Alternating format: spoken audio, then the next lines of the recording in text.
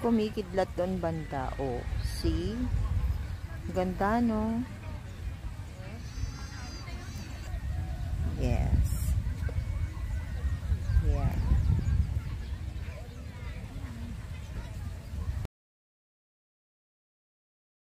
Hey guys, welcome back to my channel, and this is Ellen. Ayan, makalat na naman ang lamesa.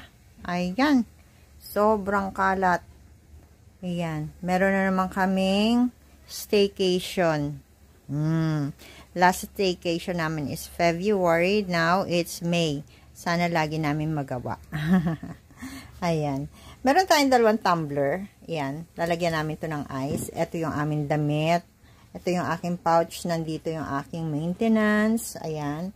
Tapos, yan, may phone, extra phone, plato, kanin, bigas, tinapay, butane na kalan. And meron kaming, ayan, ilaw, extra ilaw. Meron kaming fairy light, yung ginamit ko during brownout. Meron kaming, ayan, solar light. Merong electric fan, power bank, tapos headlamp. Headlight, 2. Merong disposable cups. Meron disposable na ganito. Para dito namin isasalid yung ulam. Tapos, meron nga kami ditong condiments at gamit sa kusina. Andito yung ating gadgets. Ayan. Power banks and etc. Tapos, ito yung aking mat. 2 yan. Ito yung aking kalan. Yan. Kalan yan. Tapos, syempre, yung ating speakerphone. Meron tayong tripod. Yan, 2 yan. Tapos, ito yung pantabing sa kalan. Ito yung mga kitchen utensils. Meron tayong airbed. 2 upuan. Tapos, sa ilalim niyan is yung mat. Yung trapal. Tapos, ito is lamesa. Ito is tent, tapos ito ang canopy. Magpe-prepare pa tayo ng ating ulam. See you in the bit sa beach! So guys, ito na po ang ating adobo. Baon serye, papuntang beach. Hey guys, 20 minutes to our destination to Calatagan. Nag-stop over kami kasi hindi na maganda yung pakiramdam ko. Nanlalamig na ako. Tapos naninigas na yung sikmura ko. Siguro sa init. Mula Kalaka, naghahanap kami na mabibilhan ng buko juice. Wala man lang kami nakita. Then, nag-stop over na. Kasi mapakla na yung panlasa. Kahit si bossing mapakla na rin. Medyo namumutla ako. Time check is 2:36. Alas 12 kami umalis sa bahay. Guys, nandito na tayo. Rough road na.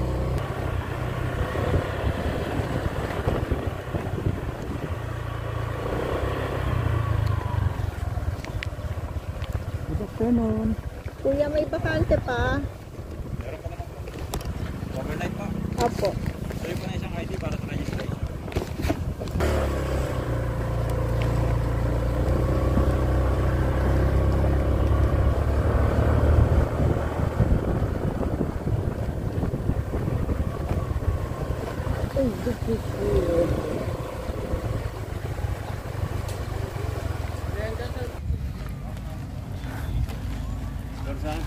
Ayan, dito kami sa beach too.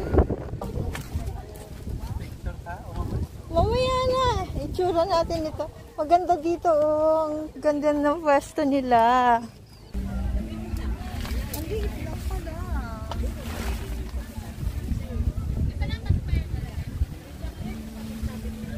Pag ganun mo yung ano, yung napal. Sandang yan tayo. Yan ang open eye. O dito ang open. Dito. Ay guys, settled na kami. Nabuo na rin namin yung aming tent. Napakaliit pala nito. Parang double na payat lang. Tapos ang daming tao kasi Saturday ngayon. Tapos ang layo ng dagat. Tapos mababaw. Tapos konti lang yung pagkain namin. Kanin at adobo lang. Hindi kami bumaba ng palengke kasi ang hirap ng ano namin, ng kalagayan. Hindi ko lang alam bukas kung sisipagin siyang pumunta ng palengke. 15 minutes lang naman from here, palengke na. Pero okay na rin, nakaka-relax na rin yung hangin. Daming tao. Siguro hanggang bukas to, mas marami pa. Kasi yung mga day tour ngayon, mag-uuwian ng 5. Parang mga overnight na tong natira. Parang wala namang mag-uuwian na. Kasi konti lang yung tao sa CR na nagbabanlaw. So everyone is looking forward for the sunset. Wala kaming chichirya. Wala rin kaming dalang water. Pero may nabibilhan naman dito. Yung 1.5 is 95 pesos na Coke. Tapos this one, 1 liter is 30 pesos. Ang dala lang namin chicha is money. Sunset here at Manuel Uy Beach Resort, Calatagan, Batangas. Kain. Adobo. 111. Ayan na ang camping site. Nandito ako sa my beach kasi nag-e-edit ako. So, para hindi tayo masita ng gwardiya kasi may umiikot na gwardiya every 2 hours. Kanina maiingay pa yung mga yan. Ngayon yung tinatawag nila ng sakop ng quiet hour. Pero may mga staff na nag-iikot, naninita ng maiingay, pero wala naman sinitang maingay kasi sumunod naman lahat. Siguro lahat ng mga nandito is yung iba pabalik-balik na. Tapos yung iba naman katulad namin, bago lang kami dito. So we should follow the rules para hindi naman tayo masipa dito. Tapos yung ibang maliligalig katulad ni Bossing andito sa dagat nangingilaw. May nahuli na siyang hipon. Ayan yung kanyang nahuli. Hipon, pinagmamalaki niya yan. Good morning guys, kakagising ko lang. Kung ganito lagi yung camping, ayoko nang maulit. I need a big tent. Liit ng tent namin, sobra. Tapos hindi pa kami makapagkape. Nalimutan ko magdala ng tasa. Ayoko nang maulit pag ganito. Ang sakit ng katawan ko. Lubog na lubog ako kasi pag hinangina ng gusto yung kama, hindi kakasya sa tent. Ayan, ang ganda ng dagat. This is a snoring campsite. Hindi ako nakatulog sa lakas ng hilik. Kahit saan ka bumaling may humihilik. Parang lagi kong kasama si Charlotte. Guys, nagsasaing kami. Nakapagpakulo na kami ng tubig. Dito kami magkakape. Kasi naiwan namin yung tasa. Tapos, ayan. Prepare kami ng sinaing. Tapos naghihiwa ako ng kamatis para sa itlog na maalat. Malfunction pa yung aming kalan. Buti na lang, may dala kami lighter. Kahit alam ko may igniter na siya. Yung experience, not so good. Siguro kasi hindi kami equipped. Pero first time lang namin to na talagang kami ang may bitbit na mga gamit. So siguro next time alam na namin kung anong gagawin. Wala na nga kaming planong kumain. Ang haba pa ng oras. So anong gagawin? Kakain na lang. Mag-iinit din kami ng ulam. Nakakatuwa lang mag-camping kasi parang laro ng matatanda. Bahay-bahayan kumbaga. Hindi masyadong exciting, maganda ang experience namin ngayon, but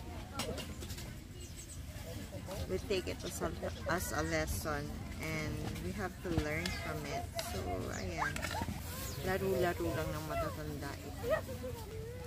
Hanggang alas 12 pa kami dito. Kailangan din natin matuto. Pero gusto namin to yung camping.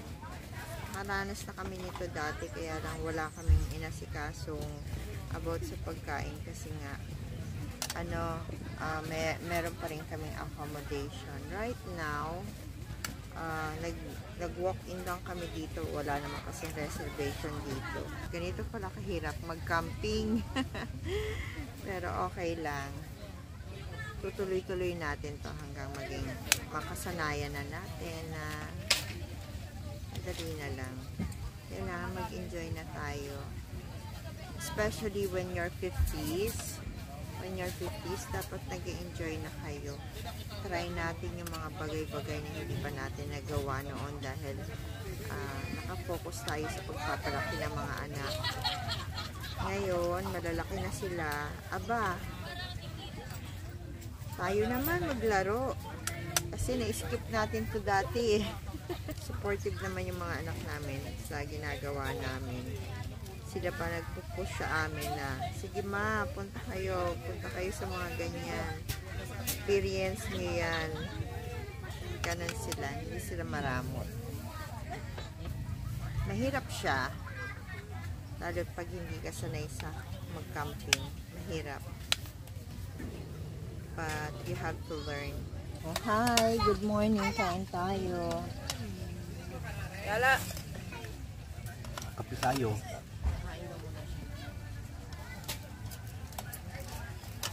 Lagyan mo ito. Kami sa lasa. Sarap. Ng kape. Ito. Gaya.